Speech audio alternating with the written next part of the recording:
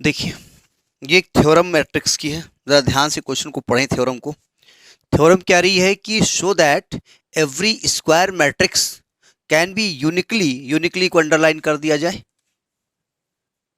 Uniquely expressed as the sum of a symmetric and skew symmetric matrix. बोले मतलब समझिएगा, कभी थ्योरम करी है आपने इसको? कभी इस थ्योरम को किया है आपने? याद है? नहीं याद है? खैर, कहते हैं कोई एक स्क्वायर मैट्रिक्स है, उसको सिमेट्रिक और स्क्यू सिमेट्रिक मैट्रिक्स के रूप में यूनिकली एक्सप्रेस किया जाता है। मतलब पहले मतलब क्या प्रूफ ही देख ली तब मतलब समझ में आ जाएगा। हम यहाँ पर हैं, थोड़ा थोड़ा याद आ रहा है थोड़ा। हाँ, इंटर में थ्योरम थी उस पर, ठीक है। वहाँ थ्योरम नहीं प्रूफ किया था हम लोगों ने, ज़्यादातर वहाँ पर वो क्वेश्चन लगा लेते हैं उसको, ठीक है। हमने मान लिया कि let A be a square matrix, A be a square matrix, square matrix हमने एक स्क्वायर मैट्रिक्स ए मान ली, ठीक है। अब हमको ये बताना है कि ये मैट्रिक्स दो मैट्रिक्स का रूप है, सिमेट्रिक प्लस स्क्यू सिमेट्रिक। अब यहां पर अगर हम एक चीज मान लें कि ए को अगर ये लिख दें हम हाफ ए प्लस ए डैश, हम यहां लेट कर लेते हैं, प्लस हाफ ए माइनस ए डैश। ये क्या लिखा है ये? अगर हम कहीं ब्रैकेट खोलो तो ये लिखा क्या है? अगर हम कहीं ब्रैकेट खोलिए तो ये क्या चीज लिखी हुई है? बोले क्या चीज लिखी? खुदे लिखे हो, मालूम नहीं क्या चीज लिखी, जो लिखे हो वही लिखिए। लिखा है हाफ ए प्लस हाफ ए डैश प्लस हाफ ए माइनस हाफ ए डैश। अगर ब्रैकेट खोलेंगे तो ये आएगा ना, हाफ ए डैश माइनस का यहाँ आएगा, हाफ ए डैश प्लस का यहाँ आएगा, कैंसिल हो जाएगा।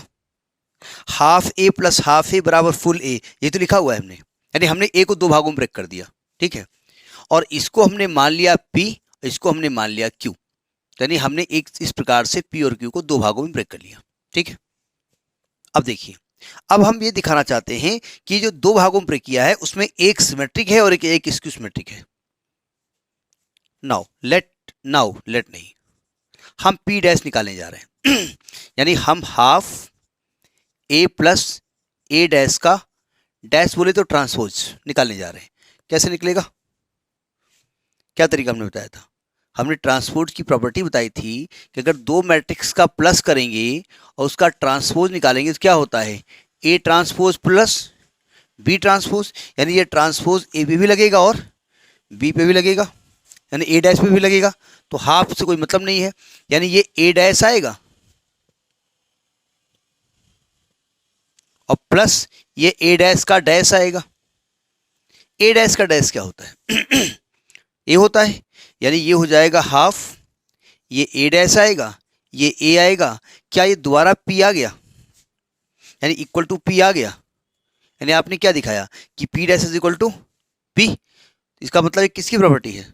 सो P is symmetric, so P is symmetric. Proof हो गया कि पी सिमेट्रिक है, ठीक है। पहुंचिए यहां तक।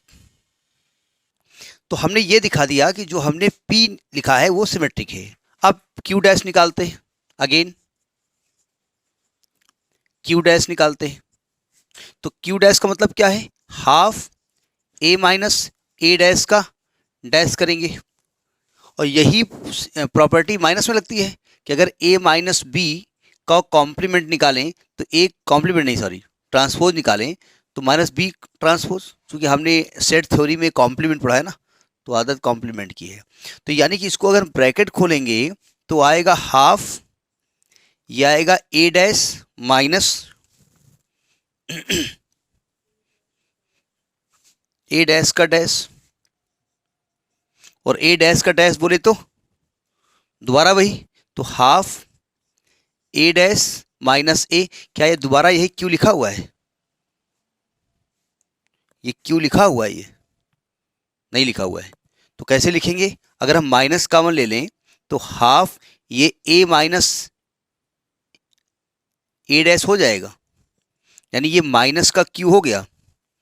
अगर क्यू डैश माइनस क्यू हो गया सो क्यू इज क्या हो गया? Is skew symmetric. तो क्या प्रूफ हुआ? दिस प्रूव्स दैट, स्टेटमेंट लिखो, दिस प्रूव्स दैट नहीं पहले नोट कर लीजिएगा, फिर स्टेटमेंट लिखो, this proves that A can be expressed as the sum of symmetric and skew symmetric matrices. A can be expressed as the sum of symmetric and skew symmetric matrix. सुनिए ध्यान से। अब आपको इसका यूनिकनेस भी दिखाना पड़ेगा ना, इसका उल्टा भी प्रूफ करना पड़ेगा, ठीक है भाई। ये तो हो गया, प्रूफ हो गया। अब इसका यूनिकनेस कैसे निकालेंगे? तो देखिए यूनिकनेस कैसे प्रूफ होता है इसका। अब हमको दिखाना है कि ये रिप्रेजेंटेशंस यूनिक है, मतलब हम यहां पर दो मैट्रिक्स मानते हैं, let B1 and B2 are to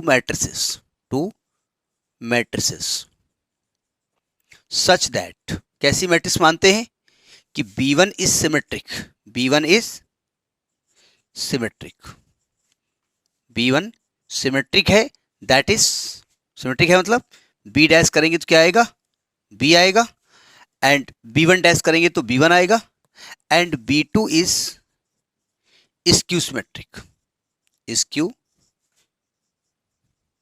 symmetric, मतलब दैट इज, इसका मतलब हमने बताया था, ये दैट इज का मतलब ये आई क्यों लिखा जाता है, ने बताया था भाई। दैट इज की स्पेलिंग तो टी आई होती है, दैट का टी, इज का ई, आई क्यों लिखा जाता है? बोले आपने बताया था तो ये थोड़ी कहा था याद कर लो, आपने बताया मास्टर बताओगे जरूरी हम सुने वो चीज़, हमारे किसी काम को तो है नहीं।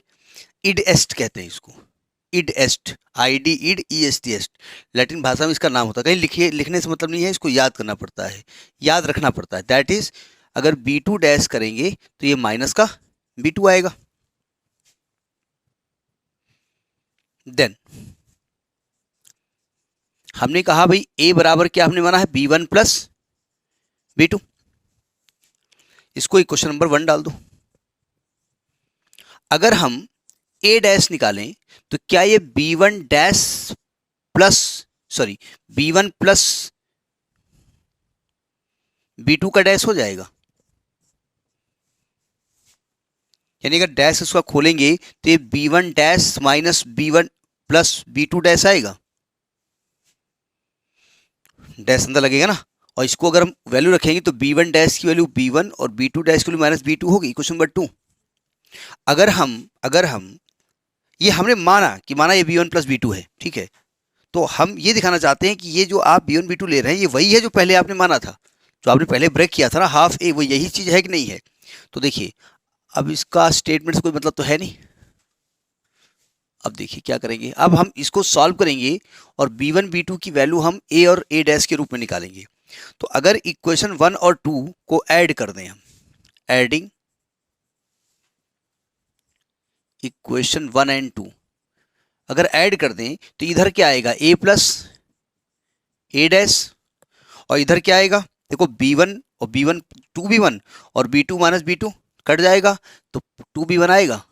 तो यहाँ से B1 की वैल्यू क्या होगी, half A plus A dash आएगा। वो हमने B1 B2 मान लिया, आप PQ जैसे माने थे वही मान सकते हैं। आप B1 सिमेट्रिक था ना, तो हमने यही तो एज्यूम किया था, यहाँ तो एज्यूम नहीं किया, तो अपने आप आया है। अब अगर B2 निकालना चाहते हैं तो दोनों को सब्ट्रैक्ट कर दो, सब्ट्रैक्शन कहते हैं, बहुत लोग सब्सट्रैक्शन बोलते हैं, नहीं बहुत लोग बोलते हैं सब्ट्रैक्टिंग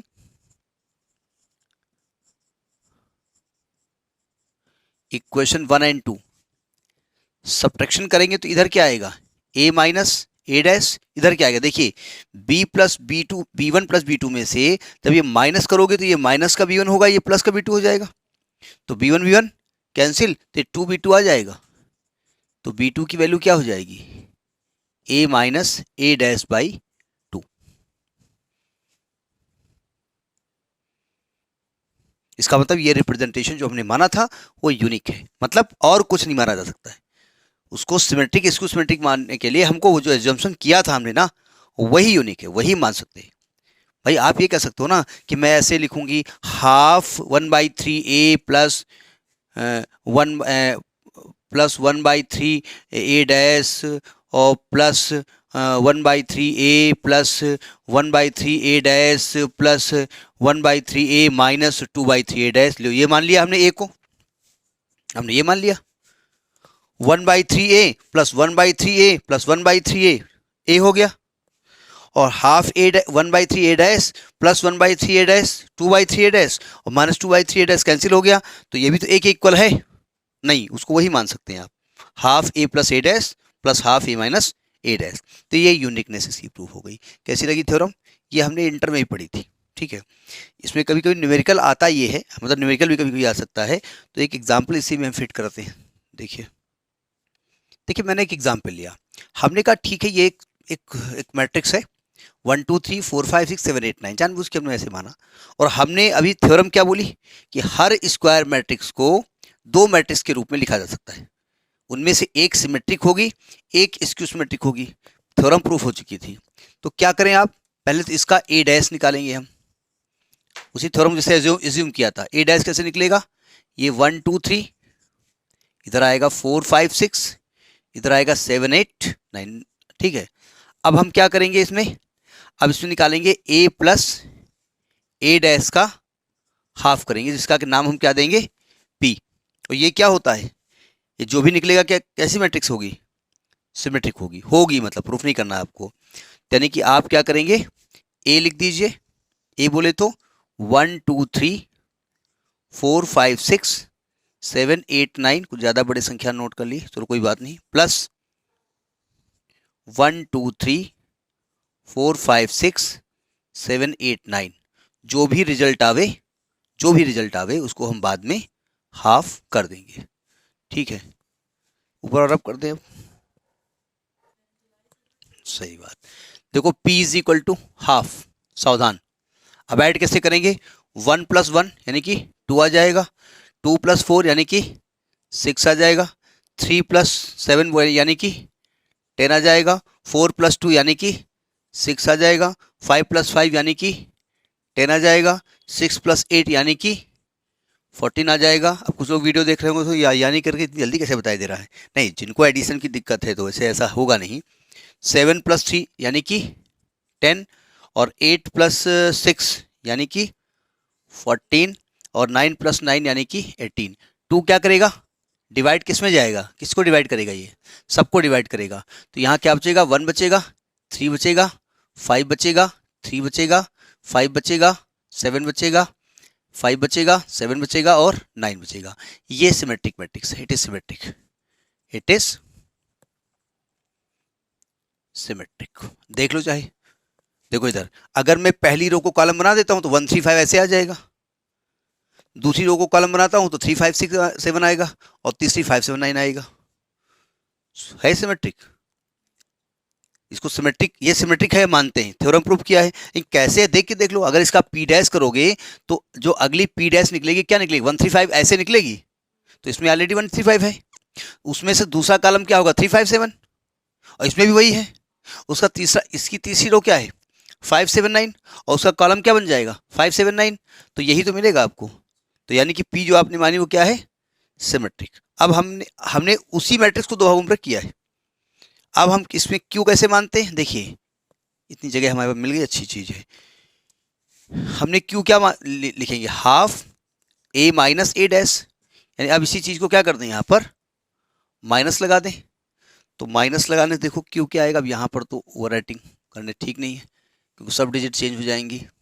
देखो तो यानी क्यू निकाल रहे हैं, हाफ, तो एडिशन में सब्ट्रैक्शन में आएगा ना, 1 माइनस 1 0 आएगा, 2 माइनस 4 माइनस का 2 आएगा, 3 माइनस 7 माइनस का 4 आएगा, 4 माइनस 2 प्लस का 2 आएगा, 5 माइनस 5 0 आएगा, 6 माइनस 8 माइनस का 2 आएगा, 7 माइनस 3 माइनस का 4 आएगा, 8 माइनस 6 2 आएगा। एक मिनट, 7 माइनस 3 माइनस 4 कहाँ, पागल हो गया, प्लस का आएगा, और 8 माइनस 6 2 आएगा, 9 माइनस 9 0 आएगा।